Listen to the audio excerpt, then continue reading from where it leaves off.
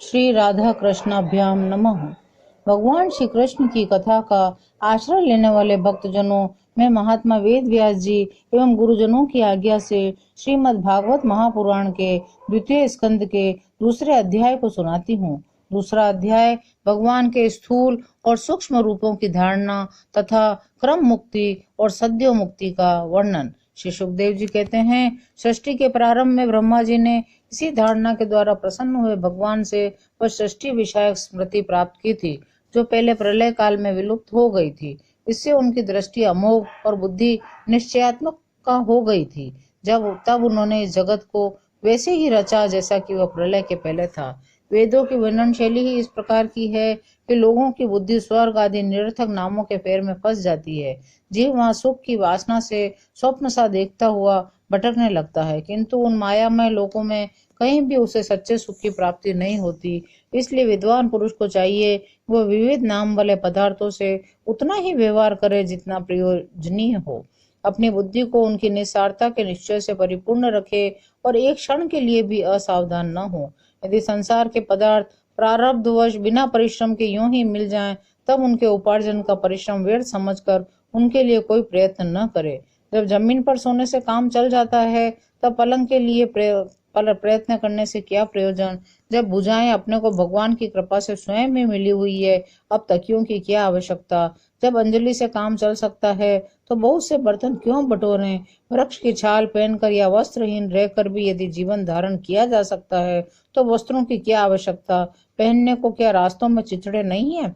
भूख लगने पर दूसरों के लिए ही शरीर धारण करने वाले वृक्ष क्या फल फूल की भिक्षा नहीं देते। जल चाहने वालों के लिए नदियां क्या बिल्कुल सूख गई हैं। रहने के लिए क्या पहाड़ों की गुफाएं बंद कर दी गई हैं।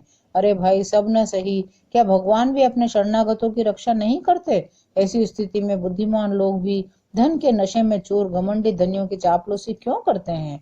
इस प्रकार विरक्त हो जाने पर अपने हृदय में नित्य विराजमान स्वतः सिद्ध आत्मस्वरूप परम प्रियतम परम सत्य जो अनंत भगवान है, बड़े प्रेम और आनंद से दृढ़ निश्चय करके उन्हीं का भजन करें, क्योंकि उनके भजन से जन्म मृत्यु के चक्कर में डालने वाले अज्ञान का नाश हो जाता है। पशुओं की बात तो अलग है, मनुष्य में भला ऐसा कौन है जो लोगों को इस संसार रूपी वैतरणी नदी में गिरकर अपने कर्मजन्य दुखों को भोगते हुए देखकर भी भगवान का मंगलमय चिंतन नहीं करेगा। इन असत विषय भोगों में ही अपने चित्त को भटकने देगा। कोई कोई साधक अपने शरीर के भीतर हृदय आकाश में विराजमान भगवान के प्रादेश मात्र स्वरूप की धारणा करते हैं। वे ऐसा ध्यान करते हैं कि भगवान की चार भुजाओं में शंख चक्र गदा और पद्म है।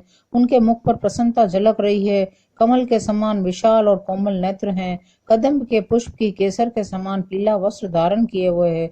भुजाओं में श्रेष्ठ रत्नों से जड़े हुए सोने के बाजूबंद शोभायमान है।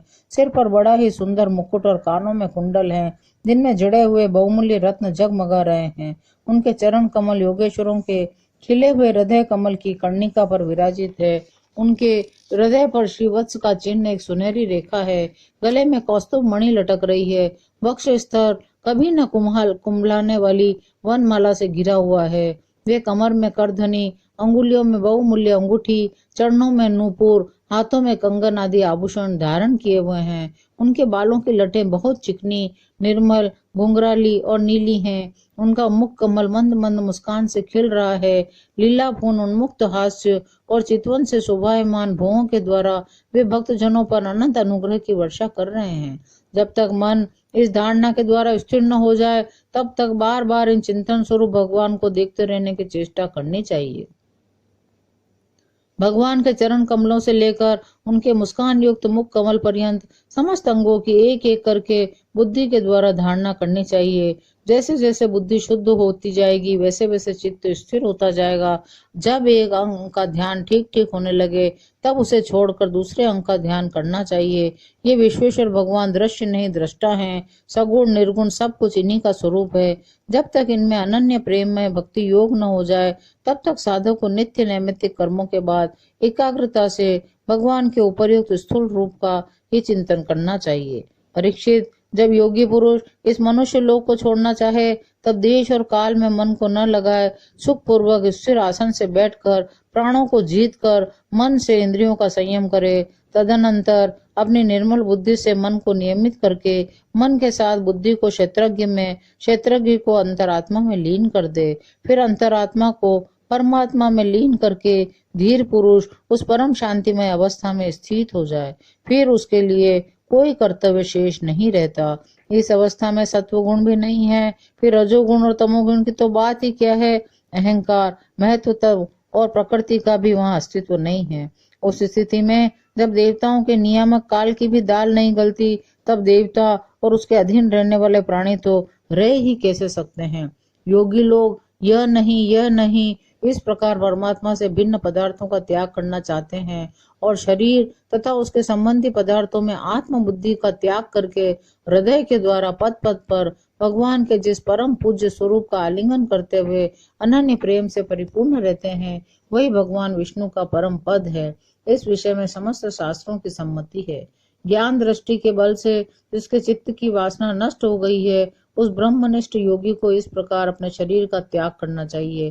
पहले एड़ी से अपनी गुदा को दबाकर स्थिर हो जाए, तब बिना घबराहट के प्राण वायु को षट चक्र भेदन की रीति से ऊपर ले जाए। मनस्वी योगी को चाहिए नाभि चक्र मणिपूरक में स्थित वायु को हृदय चक्र अनाहत में, वहां से उदान वायु के द्वारा वक्ष स्थल के ऊपर विशुद्ध चक्र में, फिर उस वायु को धीरे धीरे तालु मूल में विशुद्ध चक्र के अग्रभाग में चढ़ा दे। तदनंतर 2 आंख, 2 कान, 2 नासा छिद्र और मुख, इन 7 छिद्रों को रोककर उस तालु मूल में स्थित वायु को भौं के बीच आज्ञा चक्र में ले जाए। यदि किसी लोक में जाने की इच्छा न हो तो आधी घड़ी तक उस वायु को वहीं रोककर स्थिर लक्ष्य के साथ उसे सहस्त्रार में ले जाकर परमात्मा में स्थित हो जाए। इसके बाद ब्रह्मरंध्र का भेदन करके शरीर इंद्रियादि को छोड़ दे। परीक्षित, यदि योगी की इच्छा हो कि मैं ब्रह्म लोक में जाऊं, आठों सिद्धियां प्राप्त करके आकाश शरीर सिद्धों के साथ विहार करूं अथवा त्रिगुणमय ब्रह्मांड के किसी भी प्रदेश में विचरण करूं, तो उसे मन और इंद्रियों को साथ ही लेकर शरीर से निकलना चाहिए। योगियों का शरीर वायु की भांति सूक्ष्म होता है। उपासना, तपस्या, योग और ज्ञान का सेवन करने वाले योगियों को त्रिलोकी के बाहर और भीतर सर्वत्र स्वतंत्र रूप से विचरण करने का अधिकार होता है। केवल कर्मों के द्वारा इस प्रकार बेरोक टोक विचरना नहीं हो सकता।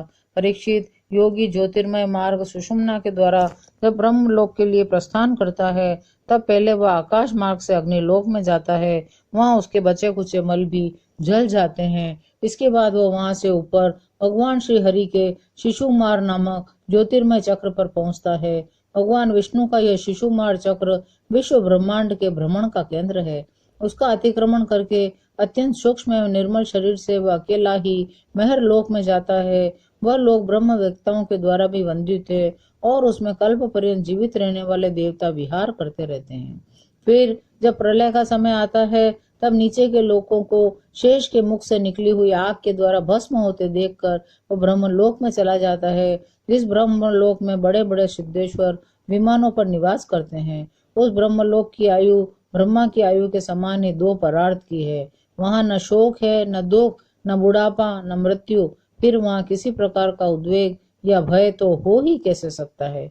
वहां यदि दुख है तो केवल एक बात का, वह यही इस परम पद को न जानने वाले लोगों के जन्म मृत्यु में अत्यंत घोर संकटों को देखकर दयावश वहां के लोगों के मन में बड़ी व्यथा होती है। सत्य लोक में पहुंचने के पश्चात वह योगी निर्भय होकर अपने सूक्ष्म शरीर को पृथ्वी से मिला देता है। फिर उतावली न करते हुए 7 आवरणों का भेद करता है। पृथ्वी रूपी जल को, जल रूपी अग्नि को आवरणों को प्राप्त होकर वह ज्योति रूप से वायु रूप आवरण में आ जाता है। वहां से समय पर ब्रह्म की अनंतता का बोध कराने वाले आकाश रूपी आवरण को प्राप्त करता है। इस प्रकार स्थूल आवरणों को पार करते समय उसकी इंद्रियां भी अपने सूक्ष्म अधिष्ठान में लीन होती जाती है। घ्राणेन्द्रिय गंध तन्मात्रा में, रसना रस तन्मात्रा में, नेत्र रूप तन्मात्रा में, त्वचा स्पर्श तन्मात्रा में, श्रोत्र शब्द तन्मात्रा में और कर्मेंद्रियां अपनी अपनी क्रिया शक्ति में मिलकर अपने अपने सूक्ष्म स्वरूप को प्राप्त हो जाती है। इस प्रकार योगी पंचभूतों के स्थूल सूक्ष्म आवरणों को पार करके अहंकार में प्रवेश करता है। वहां सूक्ष्म भूतों को तामस अहंकार में, इंद्रियों को राजस अहंकार में, मन और इंद्रियों के अधिष्ठाता देवताओं को सात्विक अहंकार में लीन कर देता है। इसके बाद अहंकार के सहित लय रूप वृत्ति के द्वारा महत्व में प्रवेश करके अंत में समस्त गुणों के लय स्थान प्रकृति रूप आवरण में जा मिलता है। परीक्षित, महाप्रलय के समय प्रकृति रूप आवरण का भी लय हो जाने पर वह योगी स्वयं आनंद स्वरूप होकर अपने उस निरावरण रूप से आनंद स्वरूप शांत परमात्मा को प्राप्त हो जाता है, जिसे इस भगवानमयी गति की प्राप्ति हो जाती है। उसे फिर इस संसार में नहीं आना पड़ता। परीक्षित, तुमने जो पूछा था उसके उत्तर में मैंने वेदोक्त द्विविध सनातन मार्ग, सद्यो मुक्ति और क्रम मुक्ति का तुमसे वर्णन किया। पहले ब्रह्मा जी ने भगवान वासुदेव की आराधना करके उनसे जब प्रश्न किया था, तब उन्होंने उत्तर में इन्हीं दो मार्गों की बात ब्रह्मा जी से कही थी। संसार चक्र में पड़े हुए मनुष्य के लिए जिस साधन के द्वारा उसे भगवान श्री कृष्ण की अनन्य प्रेममयी भक्ति प्राप्त हो जाए, उसके अतिरिक्त और कोई भी कल्याणकारी मार्ग नहीं है।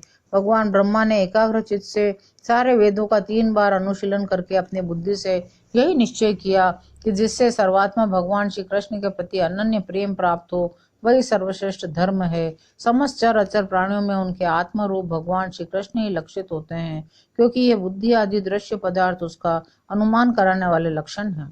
वे इन सब के साक्षी एकमात्र दृष्टा हैं। परीक्षित, इसलिए मनुष्यों को चाहिए कि सब समय और सभी स्थितियों में अपनी संपूर्ण शक्ति से भगवान श्री हरि का ही श्रवण करें, कीर्तन और स्मरण करें।